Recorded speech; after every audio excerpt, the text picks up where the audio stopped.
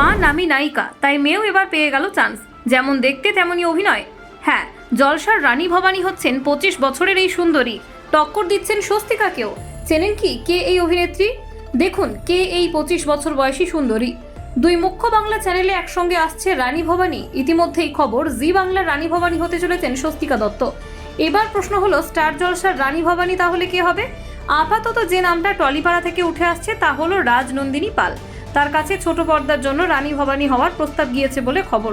ইন্দ্রাণী দত্তর কন্যা এরই মধ্যে তৈরি করেছে পরিচিতি, তাই জলসার রানী ভবানী হলে মন্দ হবে না।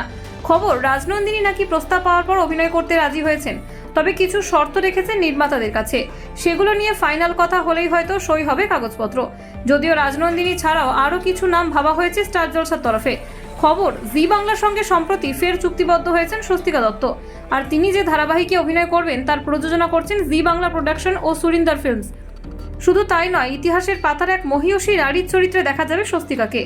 আর তারপর থেকেই দর্শকরা দুয়ে দুয়ে চার করে ফেলেছেন যে জি বাংলার রানী ভবানী হচ্ছেন তিনি। দুগ্গা দুগ্গা, ভজগোবিন্দ, বিজয়িনী, কি করে বলবো তোমায়ের মতো ধারাবাহিকে দেখা গিয়েছে স্বস্তিকাকে। করোনা লকডাউনের সময় জি বাংলা স্টার জলসার লড়াই বেঁধেছিল এইভাবেই কাদম্বিনীকে নিয়ে।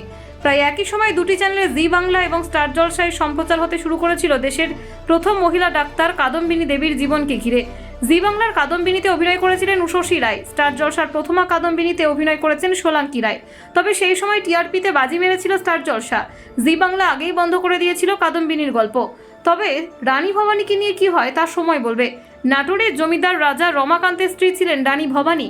স্বামীর মৃত্যুর পর তার হাতেই যায় জমিদারি। তখনকার দিনে জমিদারি চালাচ্ছেন কোনো মহিলা, তা ছিল বিরল ঘটনা।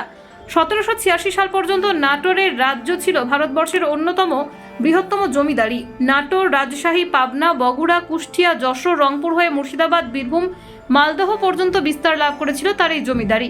এই জন্য তাকে অর্ধবঙ্গেশ্বরী বলা হতো। প্রজাদরদী রানী ভবানীর রাজত্বকাল ছিল প্রায় 50 বছরের মতো।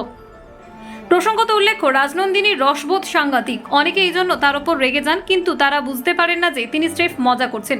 তিনি এমনিতে দুষ্টু হলেও কাজের সময় শান্ত হয়ে যান এবং তার মধ্যে একটা অদ্ভুত পরিণত বোধ দেখা যায়। রাজনন্দিনী পাল স্টার জলসার আসন্ন ধারাবাহিক রাজরাজেশ্বরী রানী ভবানীতে মুখ্য চরিত্রে অভিনয়ের প্রস্তাব পেয়েছেন বলে খবর।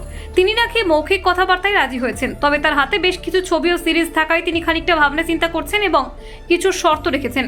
সবকিছু ঠিকঠাক থাকলে এই ঐতিহাসিক চরিত্রের হাত ধরে ছোট পর্দায় তার অভিষেক হতে পারে। এছাড়া তিনি হিমাচলের পাহাড়ে নজরবন্দি ছবি শুটিংয়ে ব্যস্ত ছিলেন। খবর অনুযায়ী তিনি ওটিটি প্ল্যাটফর্মে মহালয়ার অনুষ্ঠানে মুখ্য চরিত্রে অভিনয় করেন। তিনি কলকাতার প্রথম মিনিয়েচার সেটে একটি ছবি শুটিংয়ে ব্যস্ত ছিলেন। তিনি ট্রোলারদের প্রসঙ্গে নিজের মতামত জানিয়েছেন। তার জন্মদিন উপলক্ষে অনুভব তাকে নিয়ে লিখেছেন, সোহিনী সরকার ও রাজনন্দিনীর সম্পূর্ণ সিরিজটি হিন্দিতেও তৈরি হতে পারে। তার কিছু সাহসী ছবি নেট মাধ্যমে প্রকাশিত হয়েছে। ব্যুরো রিপোর্ট, নির্ভীক বার্তা।